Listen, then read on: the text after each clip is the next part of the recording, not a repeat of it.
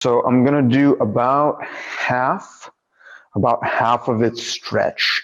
So what I'm gonna do with the wrist is I wanna go about halfway up the wrist, about halfway down the forearm. I'm gonna compress it. When I compress it, the blood flow is gonna be restricted. I wanna be there about 2 minutes. If I go numb, if my hand turns weird colors, if I get the tingles and it's not 2 minutes yet, that's a good marker to start to remove the band.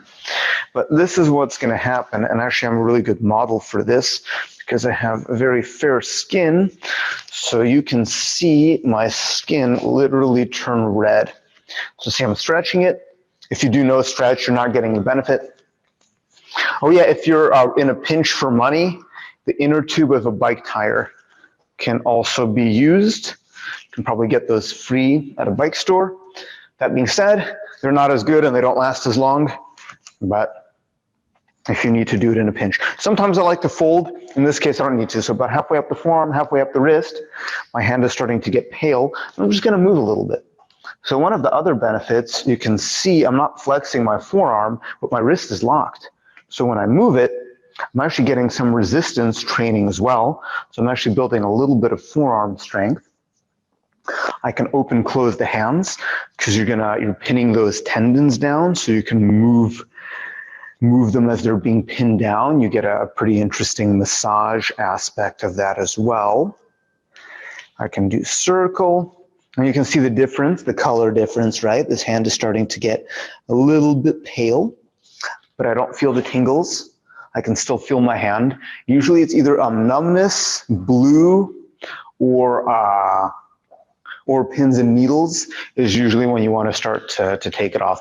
And so here's what's happening, right? Because I've been moving this hand the whole time, movement is going to elicit more blood flow, but there's a blockage. So the blood wants to get in, but we're building a dam, right? So what's gonna happen, now it's probably been about a minute and a half, I'm starting to feel it in the hand. So I'm gonna take it off. I'm gonna just move it and shake it, and I've released the floodgates. As soon as that band comes off, feel this instant flood of warmth. And you can see, I know how visible that is. My arms are kind of hairy. There's like a red line. I can feel the blood. Yeah, you can see it now. You see how red that is? You see that redness? This is blood flow. So if I have a wrist injury that I'm recovering from, wrist is really far away from the heart. It's not getting a ton of blood. I can do movements, I can do heat, I can do a lot of stuff. This is a way to force more blood flow to that joint. Super, super useful, super cheap. They have this thing called occlusion therapy. I think actually Kelly Starrett was the one who told me about it. It's basically these big pants that you put on, and then they compress your legs, and then they open, and they do the same thing, and it's super expensive. And this, how would it be for the ankle? So I'm gonna show you shoulder and I'm gonna show you ankle. Ankle, you can generally go longer than 2 minutes. And this is straight out of Dick Hartzell's stuff. He has an ankle, so basically if the book is really good. It's called Don't Ice That Ankle Sprain. And basically he was a football coach, right? American football. So what I'm gonna do with the ankle is I go up like this, round, I'm kind of drawing like a figure eight. It's not going to be super exact. I'm probably not going to do it the same way every time, but sometimes we go around the ankle. So I'm trying to get the ankle and the foot as well, because what I want is that foot to be locked so I can get some of that strength element. So here, and yeah, ankle, I've gone a lot longer with the ankle. I've gone probably up to maybe 4 or 5 minutes compared to about 2 minutes with wrist and shoulder. So I'm gonna do now that I have my lock, I'm gonna fold the band into itself so it doesn't go anywhere. Now my ankle is locked, it's compressed. I'm gonna do these movements.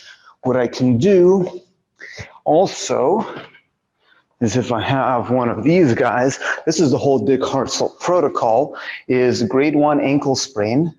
Grade 1 is when there's no damage to the tendon. right? So if it's a grade 2 or grade 3, it means the tendon has actually torn, that it's actually gonna, this would still be something that you use. But this protocol, I have had a few ankle sprains, would get that ankle to 90-95% within a couple days. Like running and jumping, still some residual pain, but basic function of being able to run and jump, maybe not full power. So here's what I can do. This band is a little bit light for it, so I can pull, and then I have this resistance, and I can move the ankle under resistance like that. And now what I would also do if this is the whole Dick Hartzell protocol. So again, I'm plugging him a lot because he's awesome. I'm really glad I got to train with him. Another band going that way around the base of the ankle. So this second band would be pulling the ankle towards me. The bottom band would be putting traction into the ankle, so it would actually be pulling the joint out and lengthening it. And then a few minutes of just these basic ankle movements with that traction in two directions. You can get like an ankle sprain that you think is fucked up. You could get that back to functional order within a very short time. Like what he was saying, what Dick Hartzell was saying is within 20 minutes, he's getting football players back on the field to be able to play a game. Obviously, there's more work that has to be done. I've sprained my ankle a few times, and I've done this. And again, I would typically do this maybe 4 or 5 times a day, 4 or 5 rounds a day to get that blood flow. And yeah, an ankle sprain that might take a good bit of time to heal, I would get back up to function within a pretty short time in comparison. So I'm going to remove it. And I can walk around with this too. I can also do the same exercise on the feet. So same idea. As soon as I take it off, I feel this instant rush of warmth. And you're going to see that foot turn red over the next 10, 20 seconds or so. Yeah, you see, look at that vibrant color. So it's just a massive rush of blood. You're getting benefit from the traction, from the resistance of the band, but it's that the real value is that rush of blood that you get. Especially, again, something like the foot, something like the wrist, that's not getting a ton of blood flow. Blood is good, right? So the vampires drink. They're so strong. Oh, multiple times a day while recovering, Stephen asked? Yes, absolutely. There's no really cool thing about this is your body doesn't get used to it. So yeah, you can do this. I might, if I'm feeling stiff, I might do it in a warm-up. If I'm doing active injury recovery, I might do this, 4 or 5 times a day throughout the day. I'm going to show you shoulder as well. Shoulder is super awkward. If you have a buddy, this is the easiest way to do it. You're going to put your hand on your buddy's shoulder, and then they're going to drop it. But if you don't have a buddy, if you are covered in body hair like me, do not do this shirtless. It's going to be very painful. So I always 100% wear a shirt if I do this. You want to get that initial lock. And then there's not really a science to this. It took me about 3 years to figure out how to do this on my own. You get that first wrap, and then you just keep going. Ideally, the band wouldn't scrunch, but do what you can. It's going to scrunch a little bit because it's pretty awkward to do this by yourself.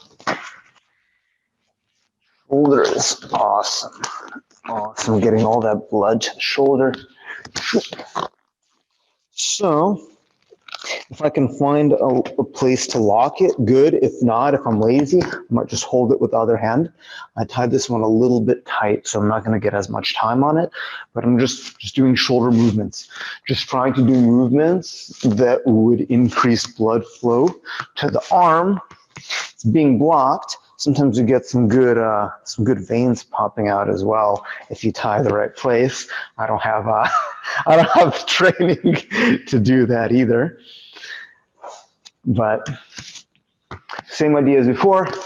You're just moving it around. I probably won't get because the shoulder is closer to the heart, I won't be able to go as long. So this might be like a 1 minute, 90 seconds thing. Again, if the arm goes blue, if you don't feel the hand, if you go pins and needles, don't keep going. Those are your warning signs that, so now I'm starting to get pins and needles. I'm gonna let it go. Relax it for a second, let it hang. I feel that, yeah, I feel that instant rush of warmth. I'm gonna do some movements. And it may not be the best lighting or this webcam, but in real life, like my skin turns, yeah, you can see, look at that. Look at the difference of where the band was tied and where it wasn't. Look at how red that shoulder's getting. You probably won't turn as red because you may not be as white as me, but for $15, that band is so useful.